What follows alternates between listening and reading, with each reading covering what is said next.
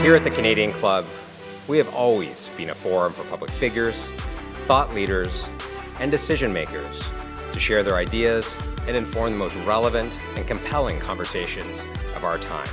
We are dedicated to encouraging debate on the issues that matter to this city, this province, and this country.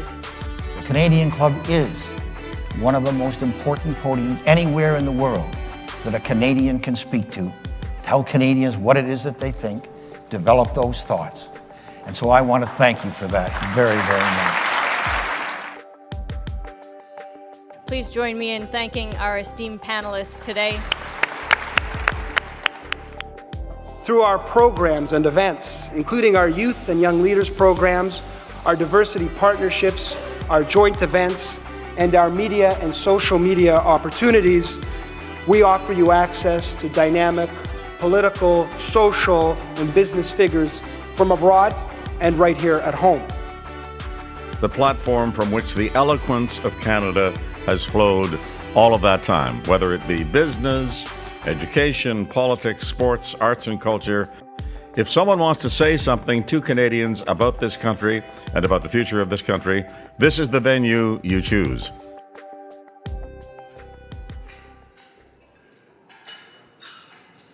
Good afternoon, Canadian Club members and guests. I hope that you've enjoyed your meals. I know there's still a couple table settings getting cleared away, but we're about to get underway. Judging from the energy in the room, I think people have had an opportunity certainly to reconnect with old friends and hopefully make some new ones as well. My name is Joseph Lowe, President of Canadian Club Toronto, and I am delighted to be your host today. Special welcome to those of you who are joining us online, thanks to the AV services of Van Valkenburg Communications and livemeeting.ca. Our club is deeply appreciative of the generous sponsorship of today's event provided by PwC, Think Best Practice, and EY. I'd also like to acknowledge our streaming sponsors, Cadillac Fairview Young Corporate Centre and Bellant Construction.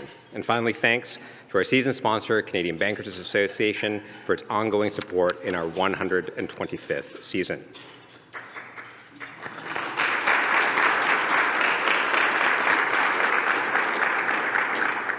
I spent a number of my early career years working in enterprise software. Then, like now, it was fast-paced, hyper-competitive, and a fount of innovation. Software companies are a lot of things, however, and they're generally not known as a hotbed for a people-centric culture. Ceridian's cultural values address a goal to be both people-focused, innovative, and genuinely optimistic. This award-winning philosophy and commitment to technological innovation and organizational excellence have made it an employer of co-CEO, please, but also around the world. What questions might you have for the co-CEO? Please use the Q&A cards that you'll find at your tables. We'll be sure to get them to our moderator, David Skok. And for those of you joining us online, hit the Submit a Question button, as always, on the right-hand side of your screen, and we'll get your questions that way as well. And now to our special guest of the day. Leagh Turner's approach to leadership is grounded in her experience as a woman in tech. Her early experience of gender inequity shaped her strategy and reinforced the importance of leading with her heart and her head. Equity is a core value at Ceridian, and Leagh's commitment to ensuring that all employees can achieve their full potential is reflected in company strategy and company practice. Leading from the heart and head have contributed to 9 consecutive quarters of 20% plus quarter-over-quarter growth. Today, Ceridian is well on its way to its goal of becoming a $2 billion company by 2025, only 20 short months away. An industry veteran, Leagh previously served in global executive leadership roles at SAP and Oracle. The Women's Executive Network has twice named her one of Canada's 100 most powerful women.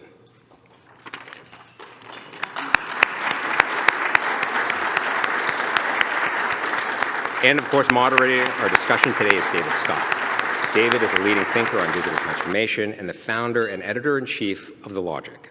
He previously held senior roles at the Toronto Star, the Boston Globe, and Global News. Leagh, David, I am pleased to share the Canadian Club Toronto podium with the both of you.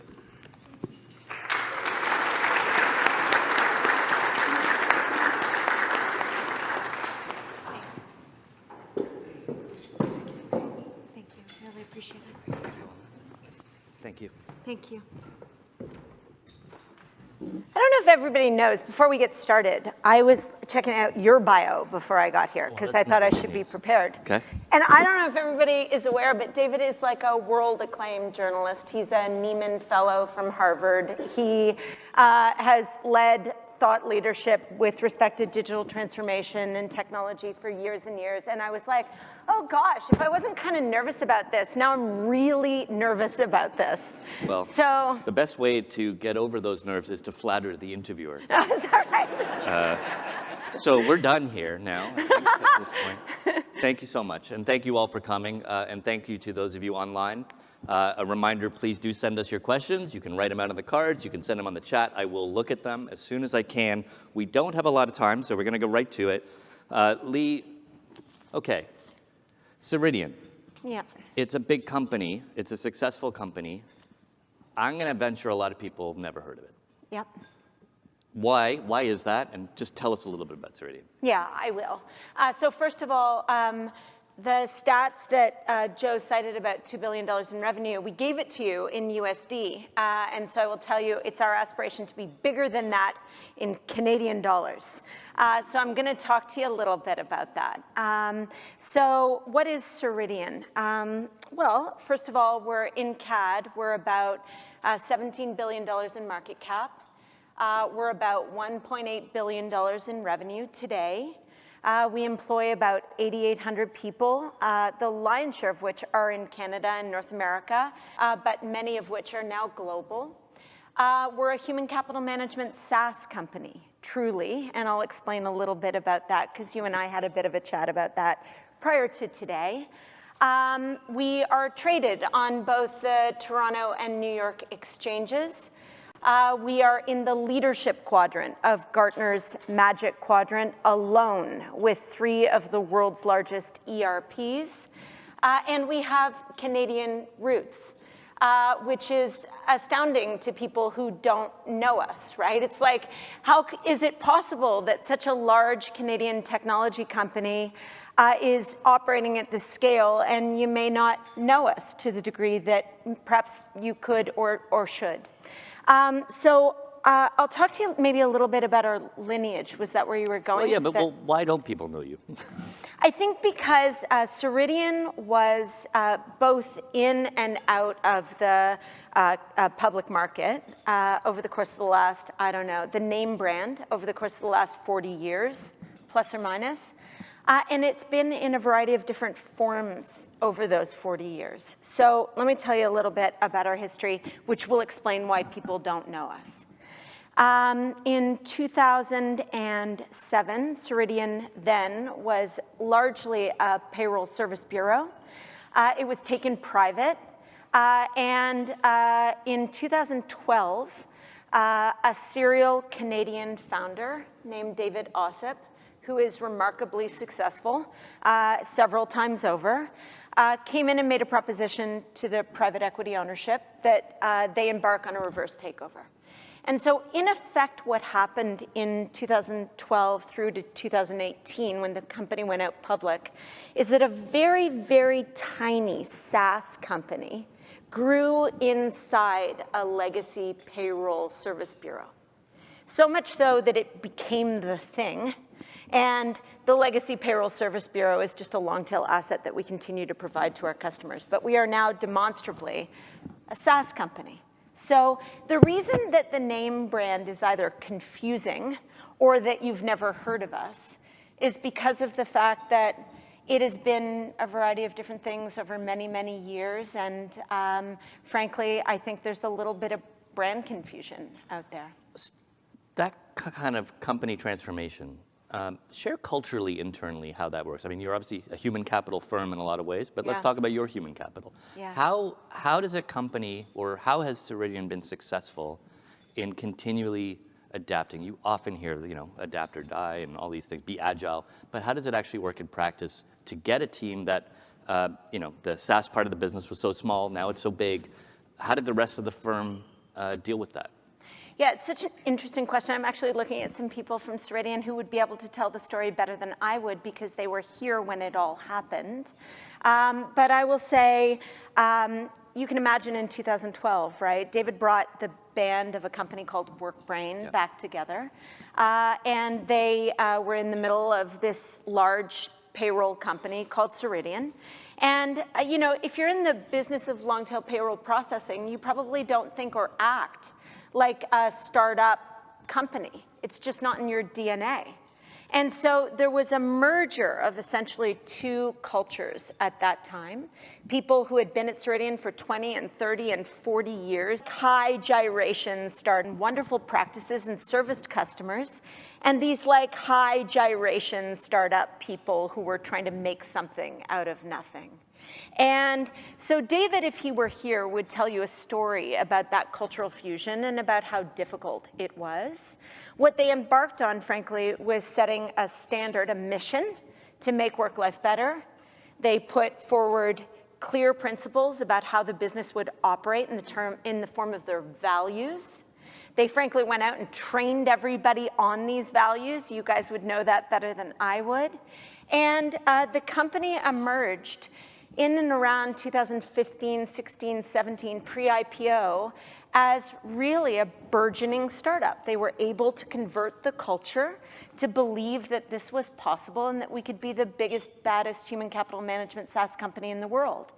But what I would say to you is that between sort of, I don't know, 19 and 22, during the pandemic years, we had a different cultural challenge, right? We couldn't bring people into the office. We couldn't indoctrinate them in what it was to be a hyper-growth SaaS company. And so instead, what we did is we hired people from all different parts of the world. We hired the best talent, not the most local talent. And we've had to go through another exercise of really bringing those people into the fold and getting the business to work. And so it's really the amalgam of three cultures, right? This initial culture of people who were prudent and did the right work and were customer focused, a startup culture that was a little thrashy and excited and willing to take the next hill, but willing to try and find a way to conquer it at all cost. And then a variety of people that we have hired globally who have never been fully indoctrinated in the way that we work, but get to work in our business today. So that's really what we've got going on culturally. I will say we keep bringing it back to the mission and to the values. And we are very clear about the fact that we don't need people to come into an office in order to feel attached to that. And it all seems to be continuing to work. Okay, we'll definitely get into the hybrid work and how it's working for you and what you're seeing with the companies that you serve as well. Yep. Before we do, there was a big conference this week about U.S.-Canada relations. Your firm is domiciled in the U.S., but it in many ways is a Canadian firm. So you have a unique vantage point on that relationship. Yeah. How has and when you throw in the pandemic and borders closed, how has Ceridian's unique vantage point being straddling these two countries? What can you tell all of us or share with us about both the benefits of the U.S.-Canada relationships and also the challenges? Yeah, I mean, I guess I'll talk about two things. I'll talk about the challenge for Canada, and I'll talk a little bit about the macro. Maybe I'll say a statement of the obvious. I imagine everybody here understands the macro environment that we're operating in, right? It's volatile, and it will continue to be volatile for some time. That's just all there is to it.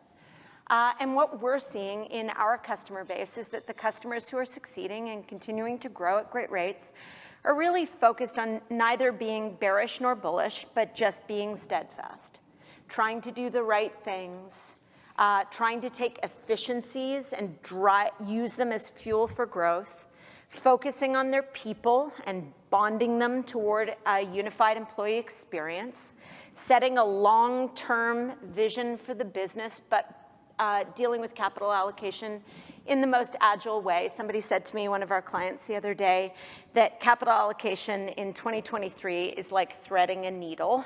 Like, it's a very difficult process to figure out where to go next. But keeping your people focused, frankly, on the go forward. And given that we spend a lot of time in the United States, I mean, the reality is that that is just intensified. We're a little insulated from that here. And so, you know, we're finding that our customers who are performing the best, as I said, are just following those really simple principles of just staying focused on the long game and keeping their people organized around it. In technology, I will say, very big technology companies. We were talking about this at lunch. Meta, Apple, Microsoft. I mean, they're subject to mass layoffs. In many respects, it was super fun to be part of the surge of the tech bubble pre-pandemic, but it wasn't much fun when it burst. And I will say, as a company, we were very, very lucky in that we always believe very deeply in durable growth. And so we were super pragmatic all the way along, trying to find a way to just continue to drive efficient growth as opposed to growth at all cost. And so as a result, we've not been subject to the same levels of layoffs that many of the large American technology companies have. And then I'll just close by simply saying, I think that, as a Canadian technology company, or Canada's mandate, is that, every company in the world is a technology company today. That's just all there is to it. Whether you, grow crops or you produce widgets of any kind, you're a technology company. And so it should be a mandate for Canada to stay completely focused on driving technology, organic technology, grown in Canada by Canadians. And there are some very fundamental ways that the Canadian government should be thinking about doing that, one of which is investing in Canadian technology. The other is investing in Canadian technologists or burgeoning technologists, continuing to keep wide open immigration policies so that we can continue to bring in great talent, and investing in keeping that talent, because frankly, we can be a bit of a brain drain to the United States, and that's not helpful to our mandate to continue to stay super relevant. So just on the policy side of things with Canada, obviously procurement is a big one, and Ceridian is part of that conversation with the payroll system. And we can share a little bit about that if you'd like. But I am curious, the budget just came out a week ago. Canadian tech companies generally were not pleased based on the association of what was in that or what wasn't in that. With more austerity, I don't want to use the word austerity too aggressively here, but clearly there's a more fiscal responsibility at this point, or a desire for more fiscal responsibility in the business community. What can the tech community get from government at a time when we're trying to rein in inflation? Yeah, I think it's a great question. I mean, very first, what can Canadian tech get? Well, I mean, I would say, without being too stark, that, Canada, in all varieties of the public sector, should use Canadian technology and propagate the value of Canadian technology. Canadian tech should also expect continued investment in the form of grants and funding for Canadian incubators. Recognize that some of that funding has been pared back, but the reality is we should continue to apply consistent investment so that companies, while they may not be able to grow at the same rates that they would have on the back of that investment, they will continue to be able to grow, so we won't be shutting doors. And then, as I said, I think that the Canadian government should focus very, very directly on continuing to bring in really good skilled labor so that we can continue to grow the tech ecosystem in Canada. It's critically important for Canada to remain relevant. And the conversations that you have as a company with, Minnesota governor, let's say, versus Canadian officials, just how are they different? How do they treat or approach tech or a big company like yours in terms of what they're willing to do, or how willing they are to listen? Yeah, I mean, it's not to say that Canada lacks a proclivity to innovate. They don't. But culturally, and I don't need to tell you this, we're all Canadians and we live in the shadow of the United States. They're generally more bearish as it relates to anything. So generative AI and continuing to use that in technology, charging forward with respect to embracing avant-garde technology in the public sector or even private sector. These are things that we see when we sell to the United States, but frankly, we see it in other parts of the world as well. And we encourage Canadian companies when we talk to them to stay out on the leading edge. Frankly, it's the only way to continue to remain critically relevant as they grow. And on the payroll system and Ceridian's role, some people may be surprised. They may not know that, after the Phoenix, I said the P word, system stuff, your firm has been instrumental in trying to clean that up. Just an update on how that's going.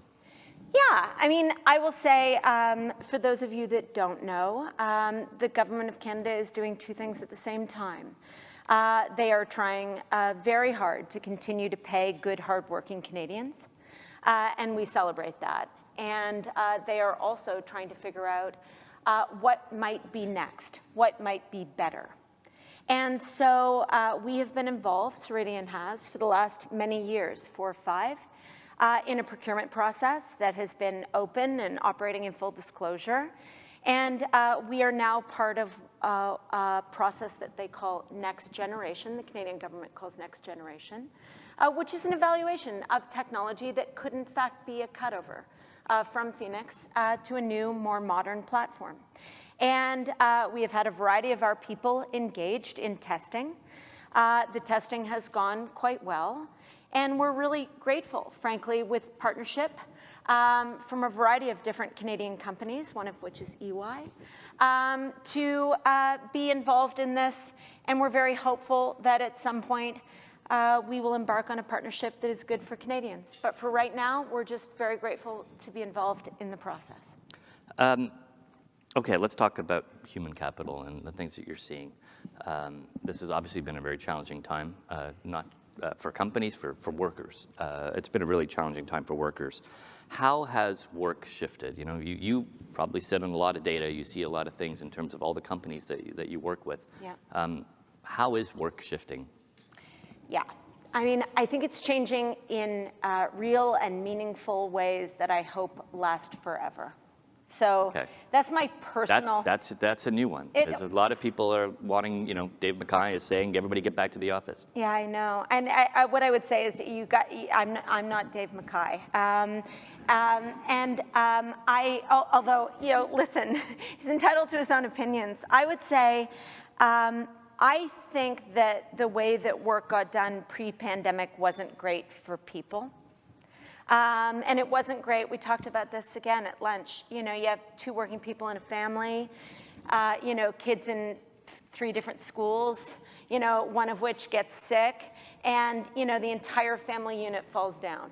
And I got to tell you, I spent a lot of years trying to find a way to help juggle that.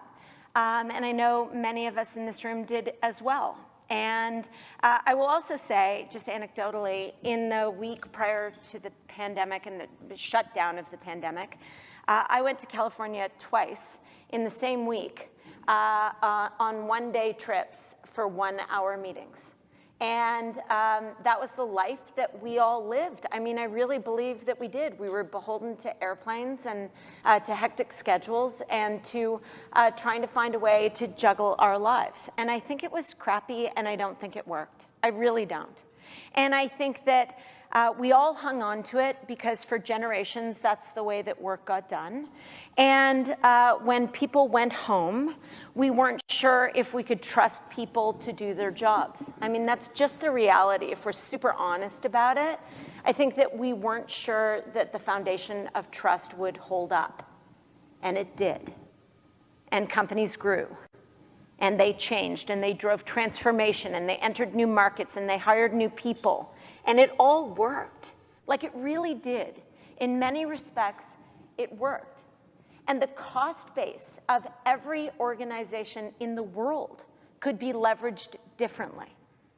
And so while I'm not saying that bringing people back to an office is an antiquated thought and that the people who say it are wrong, what I am saying is I think there is a better way. And I think there's a way to apply more creativity to the problem, which is to say, hey, it kind of worked. Many of our people, for a whole host of reasons, felt their lives worked better. What worked better? Let's try and preserve that. And whatever it is that didn't work better, we should try and find a way to accommodate that. I think it requires real transformational thinking and a willingness to break this decades-old, centuries-old paradigm. And I think if you're inelastic about it, it's easy to say, come on back. But if you have a really elastic mind and you have people who are willing to tell you what it is that they need, then you should just listen to them and build a way of working that makes their lives better. And if it makes their lives better, they'll be happier employees, they'll be greater contributors to the way that the business moves forward. You'll get more energy and enthusiasm from them. And frankly, I think that that's the right way to move forward. Now, I will say, it does require clearer goal setting and alignment, clearer performance management, clearer communication, better leverage of technology, which, by the way, isn't so bad for us. And I think that those are modern tools to grab, as opposed to trying to draw people back to an office. You had mentioned the layoffs, the mass layoffs happening at some of the largest tech companies in Silicon Valley. Yep. The weird dichotomy with that is, yes, there's mass layoffs, but there's also a labor shortage for tech talent. Yeah. And I'm curious, I'm going to ask you this through the lens of Ceridian.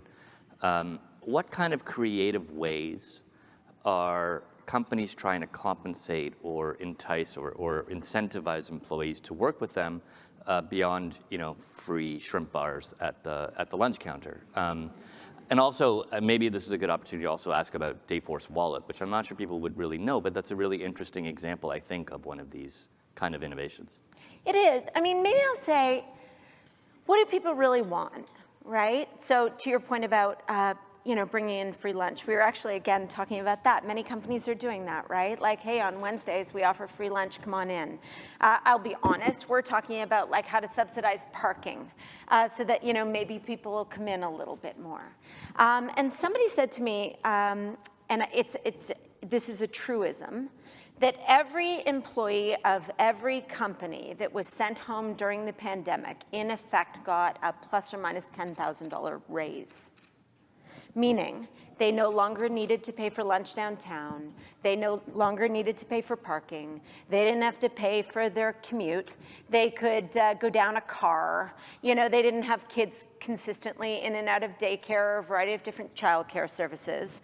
And so, in effect, when you ask people to come back to the office, you're asking them to surrender plus or minus $10,000, okay? Like, that's just a baseline fact. And so, can you get people back into an office by offering a great lunch on Wednesdays? Probably. You probably can. But I think what people really want is they want to feel like their work has impact and meaning. They want to feel connected to the purpose of the company. They want to feel connected to the people that they work with. And they want to be able to see that their work drives change. I think those are the things that really matter. And so I would say it keeps coming back to the same fundamental principles, which is set a super ambitious goal for the business that people don't believe you can achieve, that's aspirational and exciting. Show people how their jobs are super clearly in the day-to-day aligned to achieving that goal. And keep people focused on it with really good, clear feedback, whether you're doing it virtually or in person. And then try and convene these moments that matter. Bring people into an office for the purpose of building collegiality, helping people get to know one another and their families and their lives, creating connection. But I think that that's the way to forge forward. And just on the technologies piece, so Dayforce Wallet. Oh, yeah, I'll talk about that. Yeah. So Dayforce Wallet is a really, really cool thing. I don't have a better word for it. Let me just help you understand. So typical human capital management systems integrate with typical payroll systems, and the data resident in those systems is maintained differently by different people. And typically what happens is, in a batch process update, those systems speak to each other through an API, okay? So technologically, that's typically how it works. And every organization in the free world has given, their employees of those organizations have given an interest-free loan to their employers for a 2-week period forever. You've done it and I've done it. And the reality is, the reason that that happened is because getting those two systems to talk to one another accurately and pay people accurately is a very difficult thing. It requires a huge amount of reconciliation and manual labor and intervention and cross-checking, et cetera. And so that's the reason the structure has existed, okay? What I will tell you about Ceridian, and this is the genius of our founder and the team who made it so, is that our technology integrates payroll and the processes of human capital management into one single platform. There are no APIs, there are no batch feeds, there are no updates. It happens continuously. So if Susan goes to work at X place for X time for X hours, and we know that she's done that because we assigned her to the work, the calculation of her pay happens in real time.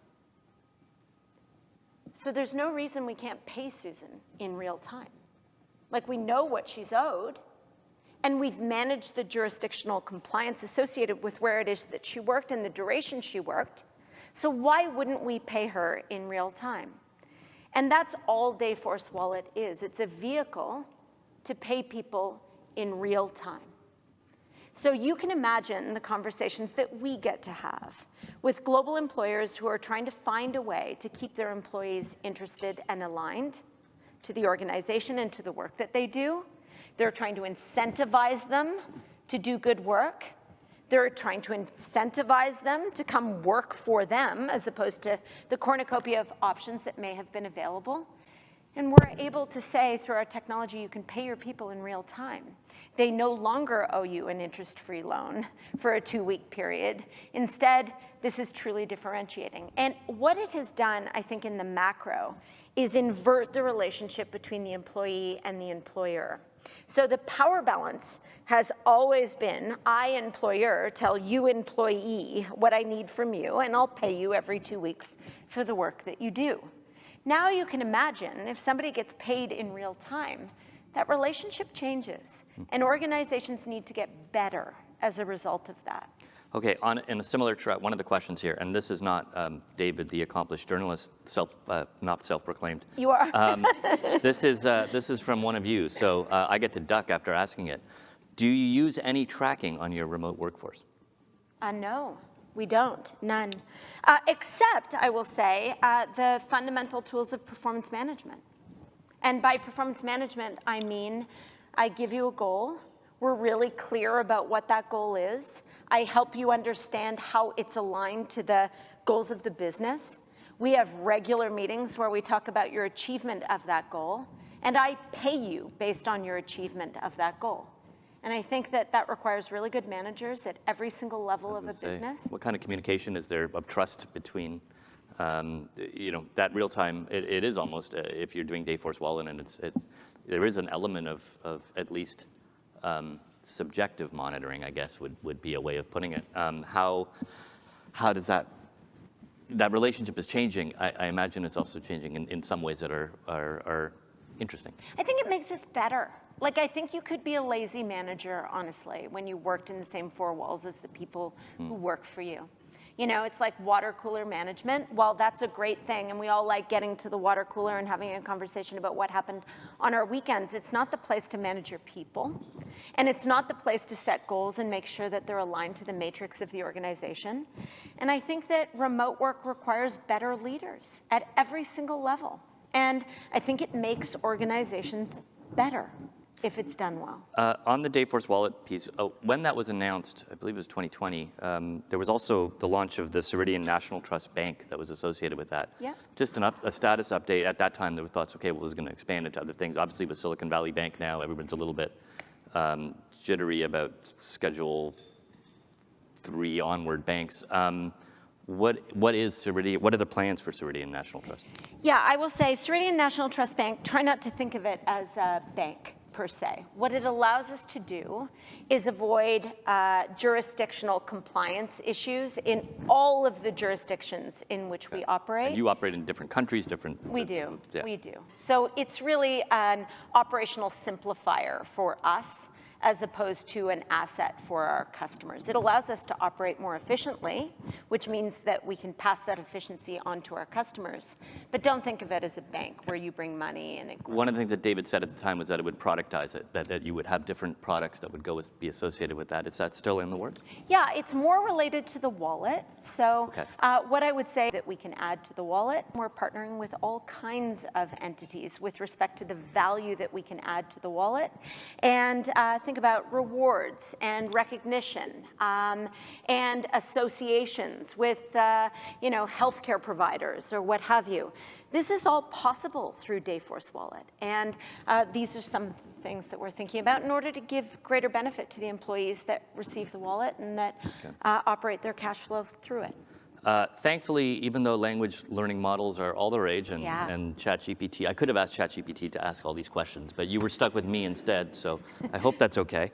How are you dealing with, I think every executive is being asked right now by their board, what are you doing about ChatGPT? So what are you doing about ChatGPT? Well, what I would say, and I imagine everybody knows this, but ChatGPT is really nothing more than the evolution of AI, right? It's been evolving for some time.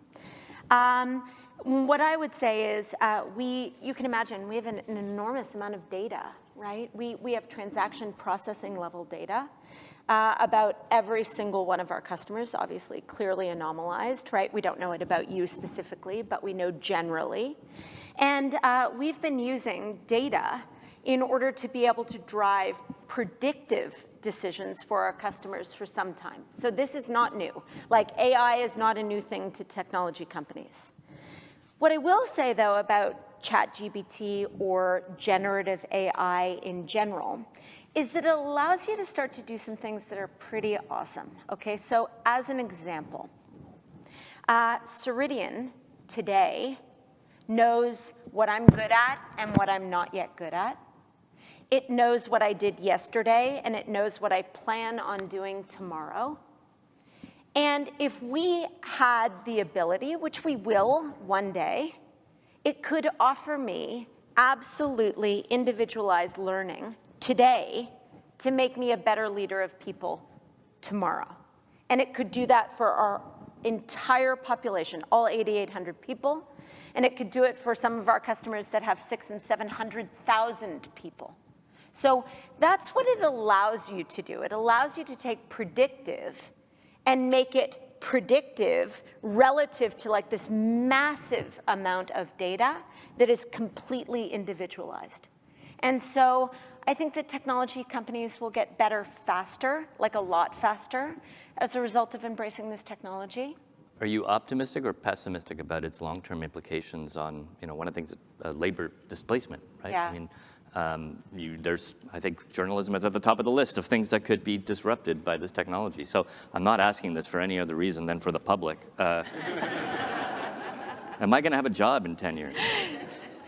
I mean, I'd be curious to know your thoughts on this, but I will say I'm super bullish. I think that, I imagine we've all heard the same analogy that, kids were going to get less smart because they were using calculators. And the reality is they didn't. They got more smart. They learned how to use them as a tool for growth and development and learning. And I think the exact same thing is going to happen here. There's a bit of a tidal wave right now where everybody's like, whoa, what's this going to mean? And the reality is it's going to mean great things. It's going to mean that we can do things that we could never have imagined before. And human beings that have emotion and connection are going to be accretive to this technology. And as a result, I think work's going to get better and the world is going to flatten.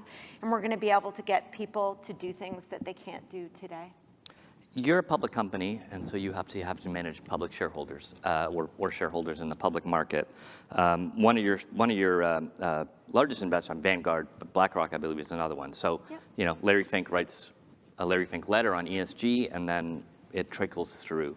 But between, the short-termism of the market and the long-term of a company that was a startup, so thinks long-term, and I'm sure you all do, how do you balance that along with ESG, DEI, I mean, all these things that are now, I'm not making a moral judgment on them. I'm just like, how do you manage the pressures that come from being a public company dealing with very large investors who have their own responsibilities to their investors? Yeah, I will say our head of IR is here, and he would be able to better answer this question. But I will say I will do my best for you, Matt. I will try to be your proxy. So I'll say the fundamentals of DEI and ESG are continual. They're foundational. And whether the market is a bull or a bear, they still really matter, right? Doing the right things by your people and the world at large is critically important on any given day, 365 days a year, regardless of the market, period, full stop.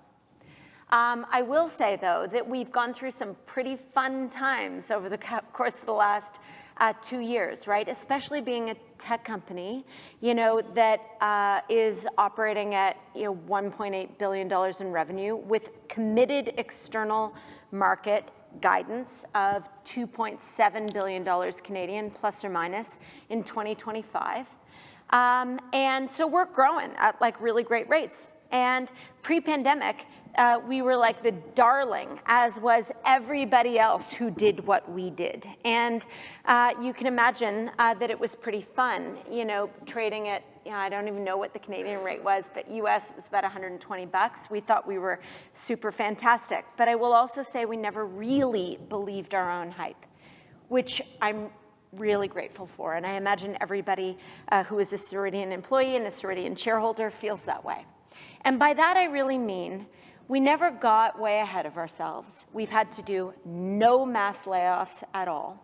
We focused on globalization of our employee base, not for the sake of labor arbitrage, but for the sake of servicing our customers 24/7, for the sake of getting the right talent in the right places at the right time, for the sake of taking advantage of talent pools that we couldn't access if we hadn't globalized.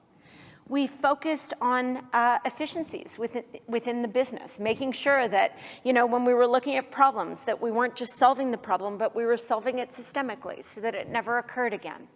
We focused on setting long-term, durable growth plans that we could achieve versus speculative growth plans that were difficult to achieve and that required a real bullish market in order to be able to get there.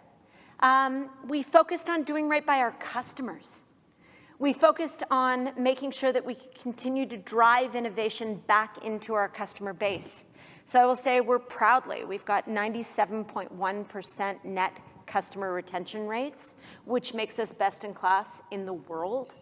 And as a result, we had really loyal customers through a very difficult time who are willing to invest more deeply because they thought we could provide them with greater efficiency. And so I will say it was a real whiplash for everybody, right? You could be out there talking about growth, and then 15 minutes later, you were required to talk about productivity and efficiency. And so I think we threaded the needle quite well by just saying we've actually always been focused on growing durably and profitably. And so watch us do that. We only have time for one more question, and I want to kind of read back something that you wrote. Okay. You wrote it in a publication that wasn't The Logic. Sorry about that.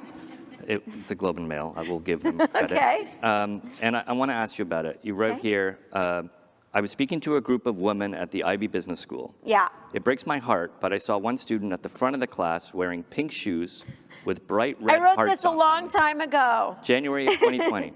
Okay. I thought, oh, sweetheart, someone is going to tell you one day that's a bad idea. Yeah. Wonder why you wrote, tell us why you wrote that. Oh, love. I mean, I honestly still think about it. Here's the stat, right? Like 8%, we're in the S&P 500, Ceridian is proudly. 8% of CEOs in the S&P 500 are women. 8%. Like, I just look at that and I'm like, dear Lord, what is the matter with this world? Like, that doesn't seem reasonable to me. And that's exactly how I felt when I looked at this young, smart MBA, graduating MBA, ready to take on the world, wearing these awesome shoes. And I'm like, oh, you're going to get flattened one day when you run into that statistic. And what I care about is that you continue to feel emboldened and that you find your way and that you have the support required in order to be able to go out and take on the world. And I think we're better at that. I mean, I'll give you a few stats about Ceridian that I'm really proud of. 50% of our workforce, we're a tech company. 50% of our workforce are female. We have gender parity in virtually every role in our business. And for roles VP and above, we will be at 50% gender parity by 2027, I believe is the stat. Thank you.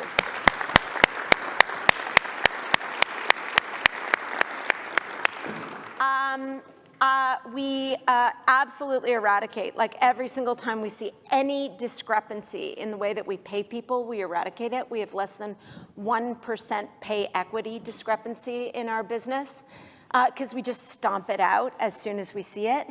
And we really, really care about hiring people, I'll call it blindly, leveraging technology in order to hire our people so that we're not hiring based on bias and based on preconceived notions or relationships or long historical fundamentals that have led us to the inequities, frankly, that we all operate in. And so that's what I meant. And you can tell I feel that way. And I feel that way for everybody. I really do believe there's like the best organizations in the entire world are those that are the most diverse because it creates diversity of thought, and diversity of thought equals innovation. Period, full stop. And I think that every company in the world should be driving toward that. Well, Leigh, hopefully, or I'm confident in saying that you as a role model, being up on stage with you, and for all of the examples that you're leading by, that hopefully that young student will not feel flattened when they go out into the workforce thanks to your lead. Well, thank you. Thank you for giving me a voice. Cheers. Thank you all. Thank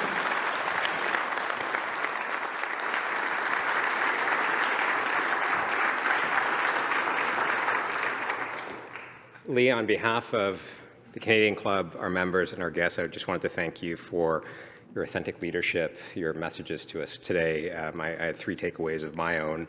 Number 1, focus on the long game and keeping people at the center of that strategy. 2, investing in Canadian tech and technologists is truly a national imperative of ours. I think hopefully that message makes its way toward Ottawa.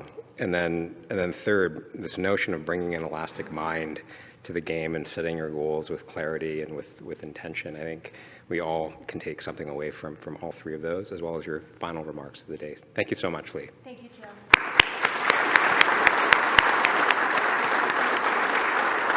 And David, thank you to you for your exceptional moderation and sense of humor as well through our conversation today. Thank you.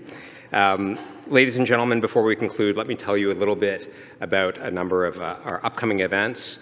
On Tuesday, April 12th, Tony Staffieri, President and CEO of Rogers Communications, will address the club and discuss his vision for building a stronger and more competitive Canada. On Wednesday, April 19th, we welcome Joanna Griffiths, founder of Nix, and Noura Sakaja, founder of Majuri, 2 of Canada's most trailblazing and prominent entrepreneurs, to this podium. And on April 26th, we'll host a discussion on the leadership implications and the risks and rewards of being an activist CEO, featuring panelists from Canadian Council of Aboriginal Business, the Smith School of Business, Roots, and the Centre for Future Work. Please visit us at canadianclub.org. You'll find more details on those events there, as well as membership options and ticket options. Before we conclude, thank you once again to our sponsors for making today's event possible, PwC, Think Best Practice, and EY. Ladies and gentlemen, thank you so much for joining us here as well as online. Take care, have a great afternoon, and look forward to seeing you again very, very soon.